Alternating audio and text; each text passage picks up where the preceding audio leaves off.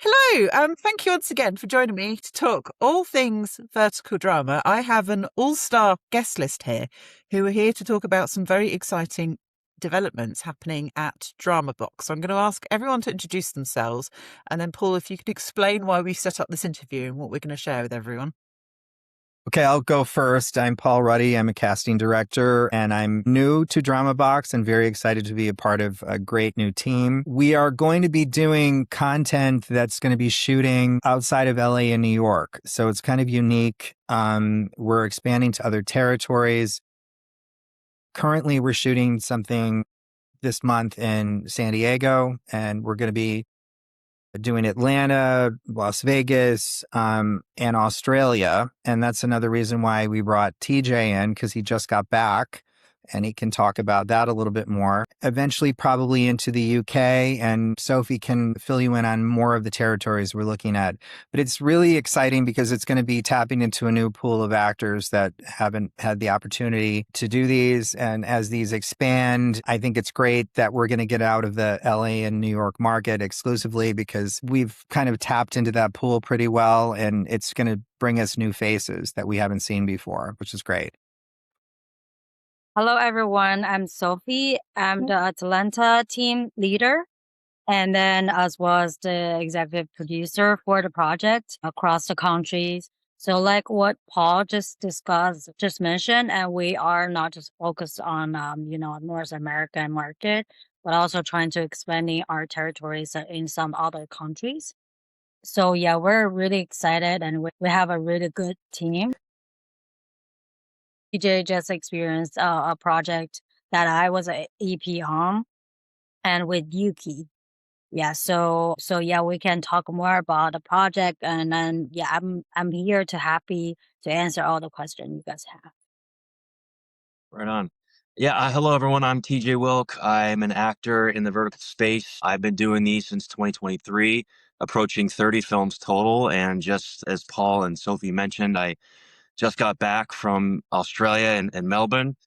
And thanks to Paul for casting me in that film, and of course working with Sophie. And it was an amazing experience being over there. I've been to China 3 times, made 3 different films there in this space.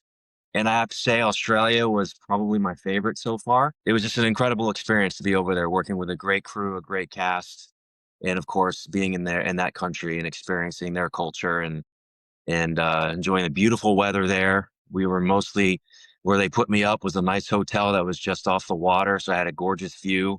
They took really good care of me over there, so it was a wonderful experience. So you've explained really well that kind of part of the thinking is actually to bring in kind of different faces and expand the talent pool that you're pulling on. I want to talk best about, and then abroad as well.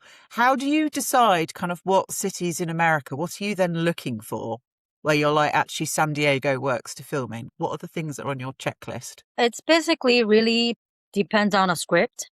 Like what kind of script we get, and then where we think that it's best fit in the script. And that is kind of like our first thinking of choosing the location. Secondly, like where we have the most resourceful vendor company that we can rely on, collaborate with. Yeah, if we wanted to shoot in like, let's say, randomly Ohio or something, and then we haven't really built our vendor there yet, and just kind of like a randomly looking. And as for us, that is not stable. We wanted to work with a team that already can bring up the quality project. So yeah, so we would combine those two factors together and then make a conclusion of budget wise, location wise, team wise, where we think it's the best fit for the project. Yeah. Maybe explain to them what the vendor is, because the audience might not understand what that is. We're more like a vendor production team. So which means like we collaborate with outside independent production company.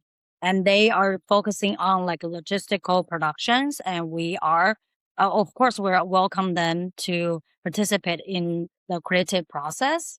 But we also have a producer assigned to those project who is playing the role to align the company creative vision with our production vision. So it's like a kind of like a bridge. So basically that's what we're doing. Yeah. And we'll be hiring we're approving a casting director for each vendor company. that, and I will oversee the casting and collaborate with that casting director, with the director, and with the producer at the vendor, and also internally. So it's a very collaborative process.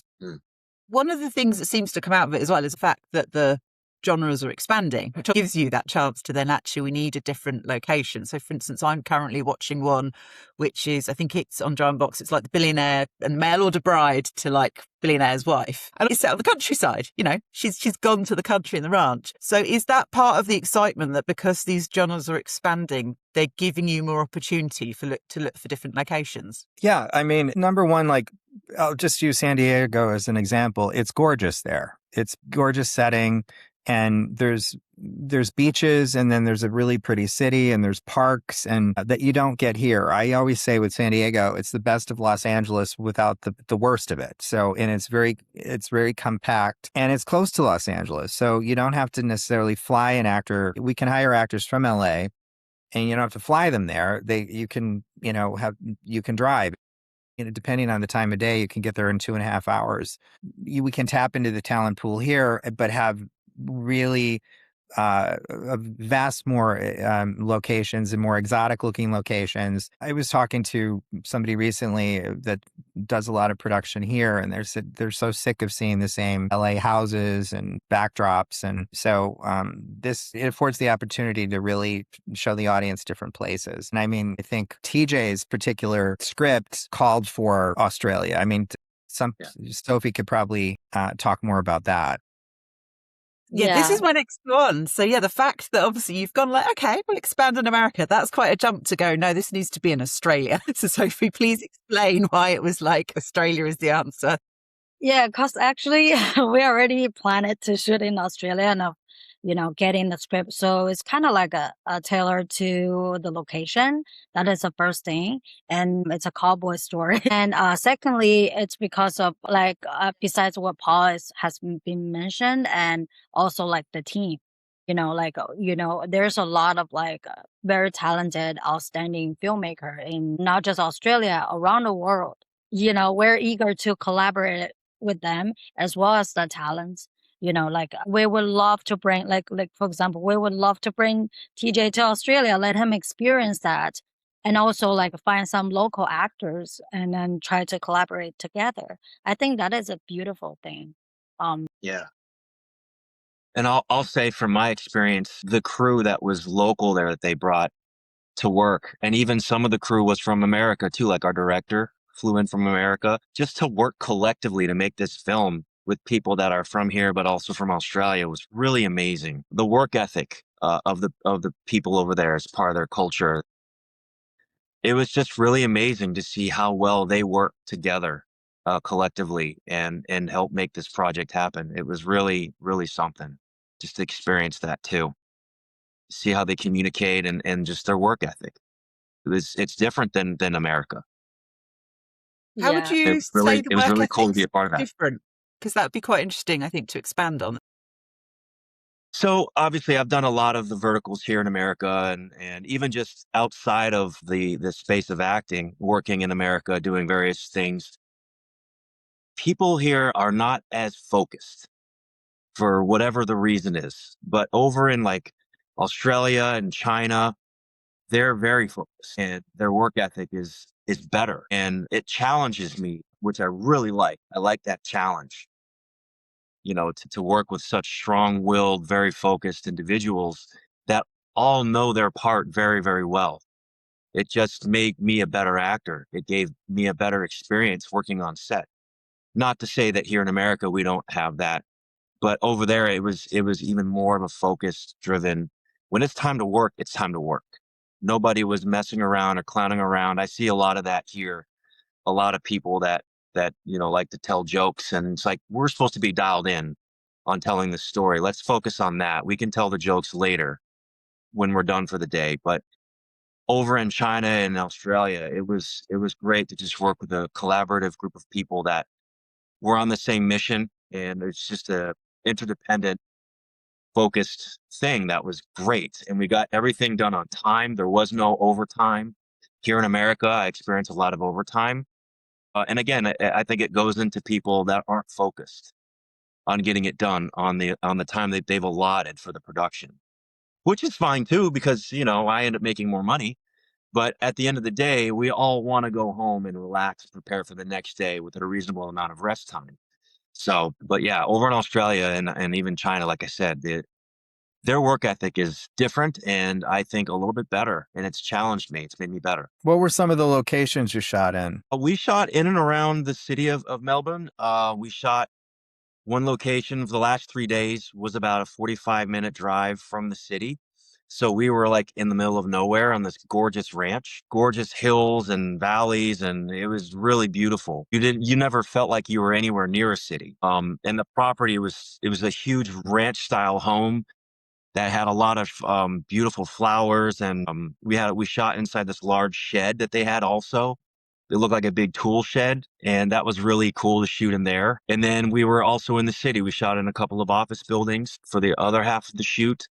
That had a gorgeous view of all the different buildings and the streets, and it was just so cool because it's not like America. We had these trolley cars that would go by and buses, and like it was just so interesting. It's different than any other city I've worked in. It's funny because coincidentally, about the same time Sophie and I started speaking about coming on board, I had 2 actors from Australia reaching out to me on Instagram going, when are you guys going to start shooting here? And I said, be patient, it's coming. The timing was really interesting that it happened that way because it wasn't even on my radar thinking of Australia, but I spoke to one of the actors through text and he said they're really hurting for work there and this would be a godsend for them to do more of these. And there's a wealth of talent down there. I mean, we bring so much of it here to LA, so it'd be nice to give them some work there. That was another thing that I felt really honored to be in Australia about, because there are so many talented Australian actors that come to America, especially in the SAG world doing these big budget Hollywood films. I mean, there's so many great Australian actors and they study their craft. That's what I mean as far as work ethic in this business. They have great work ethic and study habits and great teachers that teach them the technique over there really well. And it was just an honor to kind of be in that country working with talent that have come from those types of schools too, and to be good enough to go over there and do this. It was really a great opportunity. It was amazing. Yeah. Can I chime in? So yeah, just based on what you just said, TJ, because I was looking at our dailies and also the stills from the set, and then some of the photo that the DIT screenshotted, and then I look at the photo just by looking at the photo itself between TJ and our protagonist, our lead, female lead, and then made me emotional. I just want to say that, yeah, I kind love of just that. yeah. So I'm really excited to looking Thank you. forward. Yeah, to Yeah, add it. I'll tell you too that character that was in this story that I played it was a great challenge because usually in these stories, they don't really get specific of the history or the background of a specific character, especially the leads. It really just kind of dives right into the story. And what's so much fun for me as an actor is I get to explore and make up whatever I want of like who I am. Where did I come from? Why is my relationship with my son so toxic? uh where is my wife? What happened to her? Or my girlfriend? Or like this person that I had my son with is not in the story. So what happened to her? I get to make up all that stuff, and I try to make it as meaningful as possible for me so that it just adds to my performance in the story. A lot of times in these films there's really not a lot of background history. I mean, naturally, we do get a bit of a breakdown of the character, the description of the age, what we look like, all that stuff. But as far as what happened to the relationships we've had, there's not a lot of that. So I like the challenge of making all of that up to add some layers to the life of who I am. I'd love to ask about accents because I know that's something people have asked me before about, particularly once you start filming in other countries like this, Are Australian accents on screen, or is it more that they're expected to do that kind of transatlantic mix? What's your take on that? And also, I guess the settings, are we still going, it's in this kind of America kind of vertical world, or will there be a place where we're going, no, this is really clearly set in Australia on the beach? So so for this project, we have some of like Australia setting, like landscape, but not entirely, because like the script is kind of like, it's we can either shoot in the North American here, or we can go somewhere else. So it's more flexible. But I think in the future we will have some script that is really can, expose the beauty of that landscape. And then I can't wait. I think there will be a lot of more challenging coming along, which will enhance the production quality. Also, like what TJ just mentioned, that also challenge us. But I think that is a good challenge. We are excited to explore and then trying to dig deeper and bring more to the table. And I would guess, like, if we expand to the UK, it'd probably be a combination of both. Some might be asking the British actors to do American dialects, and then some, if it's like a period piece, or a Prince or one of these fantasy shows, perhaps stick with the British dialect, because I've cast those. And we're asking Americans to do British accents, and often it sounds like Dick Van Dyke and Mary Poppins. They're really bad. I love Dick Van Dyke, but I don't think anyone would argue with me that his Cockney was kind of not fantastic. So I think you'll get a more authentic feel if you utilize their accents. And the Brits and the Australians really master the American dialect. It's quite impressive how they can do it better than we can do theirs. Yeah. Yeah. That's what I mean as far as their training. They're just so well trained. Yeah, and the exciting thing, when Sophie and I were talking about this last week, with, say, the UK, they're theater trained, and we don't get that here as much. That's going to bring something to this that we don't have. And there's a lot of very popular soap operas in Australia that we can tap into. And the plan is for us to go, hopefully, on a mission down there at some point this year to meet the agents and meet some of the actors and get to know the talent pool better. Yes, I 100% support a work trip for Paul to Australia. It is very important Paul goes to Australia.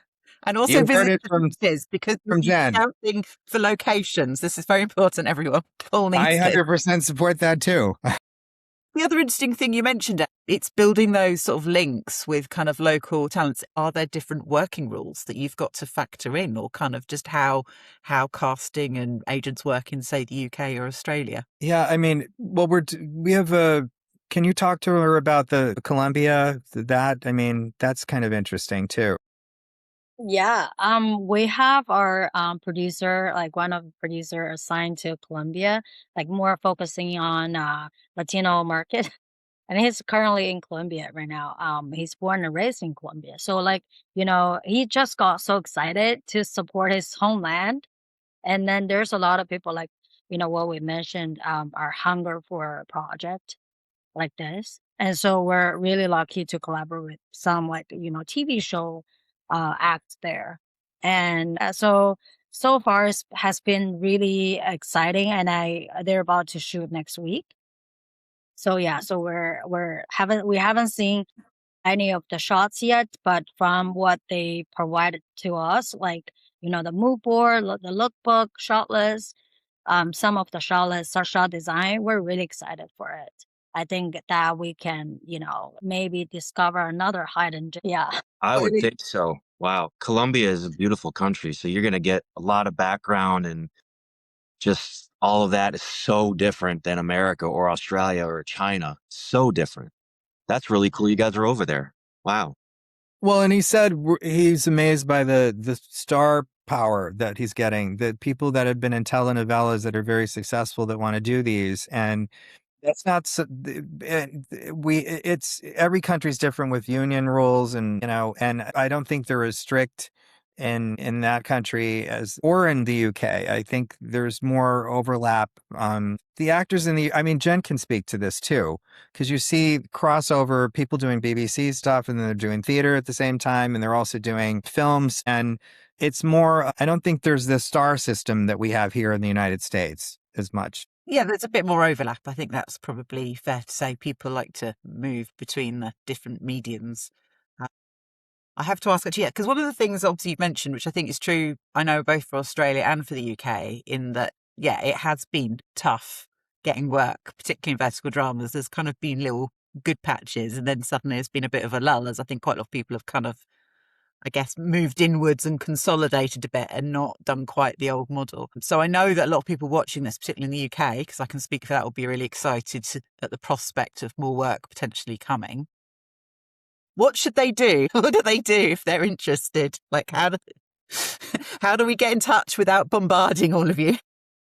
Well, we'll do what we traditionally do here, which is put breakdowns out. So as soon as we have a project greenlit, we'll put breakdowns out in the UK. I know Breakdowns has an agreement with Spotlight over there. Spotlight's sort of the main source for agents and actors. We're delving into what we'd be dealing with in Australia. That's a different thing. But I know Breakdowns kind of is global at this point. So I would assume we're probably going to do the same process that we do. But we'd also have vendors in those places that could do the local casting as well that we'd oversee just to make it the most efficient. But yeah, one of the points of doing this today with you is to get the word out that we're actually doing this. And actors can feel free from the UK that watch this or from Australia that watch this to message me on Instagram that they're interested in doing this. And I'll definitely keep you in mind when the project arises. I just want to add, we finally got a really great news with Spotlight. So Spotlight, yeah, one of the main places where, but they've managed to put a tab in, because for a long time, verticals was just, no one knew quite where to sit. So if sitting on either their film or web series, there is a proper tab now that you can press on, so you can put your verticals and you can look for verticals. And that was a big deal here. That's kind of really shows that they've been accepted, and it's like, no, we want to search by verticals. So perfect timing. Well, that was a problem here there's another service called Casting Networks that I tried to use a few months ago, and there wasn't a specific category for this. And I don't think it was put under like web series or it was put under short film, and people didn't know where to submit and it wasn't coming up on their feed. And then some agencies had blocked certain categories, so they weren't seeing them at all. So I think as these grow, that you'll see more and more of that. It's amazing. I just said to somebody the other day, it's amazing where we're at now compared to 1 year ago, much less 2 years ago. But now it's like, it's night and day. And I think back where I was a year ago at this time, and it was, that's when I first met Sophie, actually. We did a project together, and, just the level of knowledge about these, the awareness from the agents, the managers, the acting community. And I still think we're only tapping into a tiny portion of the actors. And slowly we're getting agents more and more on board. There's agencies that have started whole vertical departments that were kind of turning their nose up on these a year ago and now realizing that this is a legitimate sector of the industry. There's been so much. I was listening to a podcast the other day, and the host was being very condescending about this. And I thought, why are you focused on the negative part of it? We have an industry that is contracting. Every other part of the business is contracting, and we're going to have more contractions with this merger of Paramount and Warner Brothers. And we've squeezed out the middle class actor to the point where there's no work for them. And I have actors talking to me every day going, I used to get guest stars and co-stars in shows. But what I don't think people anticipated was you put on a streamer and any of the new shows, it's an all-star cast, and they're A-list Oscar winners doing the leads. So it's knocked everybody else down a tier. So people that would have gotten the leads in something are now getting guest stars if they're lucky, and the guest stars are getting co-stars. And everybody else is sort of squeezed out. So this is a welcome opportunity for people to go to work. And it's putting thousands of people to work that wouldn't have jobs now. And we're seeing crew members that I used to do Hallmark and Lifetime movies with doing these. And Sophie and I just met with a director the other day that has enormous credits that are wonderful television credits. And I I see that all the time where people from traditional film and TV are wanting to get into this space. And the sky's the limit, I think. We're only in the beginning stages of this. I think it's going to just keep getting bigger and better. I think it feeds the other way as well, because it also allows you're uncovering all the new talent. You know, TJ is brilliant. I'm going to talk about Cuffed with Silver's Fox Captain. I mean, you're so good in that. That to me felt like the beginning of like a TV pilot, and like there should have been a whole follow-up series. That would have been fun. Yeah, it was like you pulled the crew together and then we see what happens next. And I can see, and I felt about that, about multiple verticals I've watched this year. I'm like, these feel like TV pilot, you know, movie starter, and there could be a whole series off them. It's just the quality is just shooting up and up and up. Yeah, I was going to say regarding the quality of these stories, they're getting better and better. When I started in 2023, it was all over the place. It just a lot of the times the story didn't make sense. The way they worded things did not translate well in English.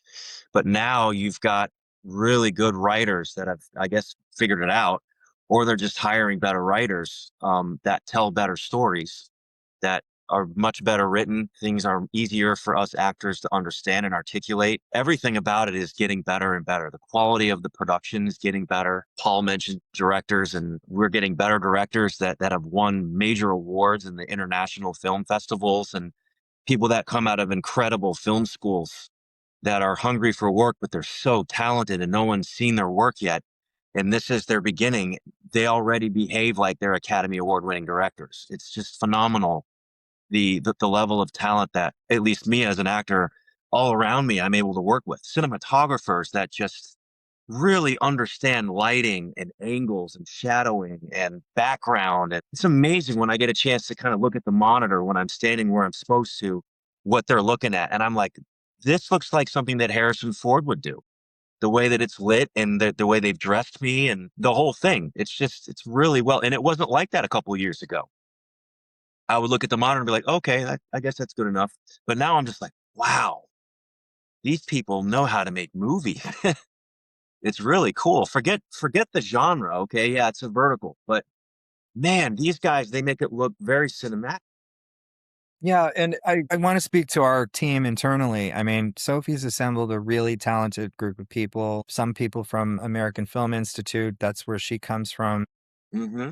And you can tell. I mean, and they're creative and they're innovative. And we do a weekly meeting, and I'm so impressed by what they put together, presentations that they put together. So there's a lot of hard work that goes into these that I don't think people realize in the pre-production stage, especially. I'm just, Sophie has a wonderful film background, and she's created an enthusiasm within this our internal team that I think is palpable. It's great. And I'm excited to work with each member of the group. I've had the opportunity to work with just a couple of them so far, and she has very good taste. Thank you, Paul. Thank you, guys. I just wanted to chime in and say something because, yeah, I myself, I've been in the film industry more than decades, but for in the vertical world, it's just only like 3.5 years. So I've seen how much has grown. And it's a infancy, still in the infancy period. And so the baby sometimes when they first born, it's ugly, but then it start getting prettier and prettier with love and care. So that's what we do. And I think what really makes this difference in terms of quality and collaboration is like what we wanted to get. Are we just okay to compare with like TikTok like slide, where we wanted to compete with TV show or, even movie. And because on set, we have more than 10 pages to shoot, cover a day. That is really challenging, even for a traditional director. Because for a film, like if you cover more than 6 pages a day, it considers a lot. So yeah, so like you not just only need to finish the coverage, you also need to come up with the plan, the shot list, like some quality elements to bring up the value and also hook the people, hook the audience. So I think it's pretty challenging. So the threshold for the vertical may seems lower than traditional film and TV, but the ceilings are pretty high because the director and the team And even the producer need to know, okay, how should I cut it? What kind of music should I use it? What kind of poster I want it? We have a poster idea before we step on set, and that's why TJ and the female lead need to shoot a poster. And then we have to have a different plan for poster and what really is a trending right now, like, or that's just a poster itself. Like also like it's a post production. So the producer and director get into every process and they need to make sure all the quality check are, are at least standardized. Yeah. So it is hard. It is challenging, but it's really exciting because we see it That's really that's well. another thing that I really appreciated about this last production with you, Sophie, is the attention you guys put into the poster. I mean, when we first showed up for the fitting, we did the poster, right? We shot some stuff, but then we're on location throughout the production and they're like, all right, let's do the poster. And I'm like, oh, we want to get some options here. Okay. They're really, they're really thinking about this. So, and I understand that's the main selling point to get people to watch the first episode is from the poster.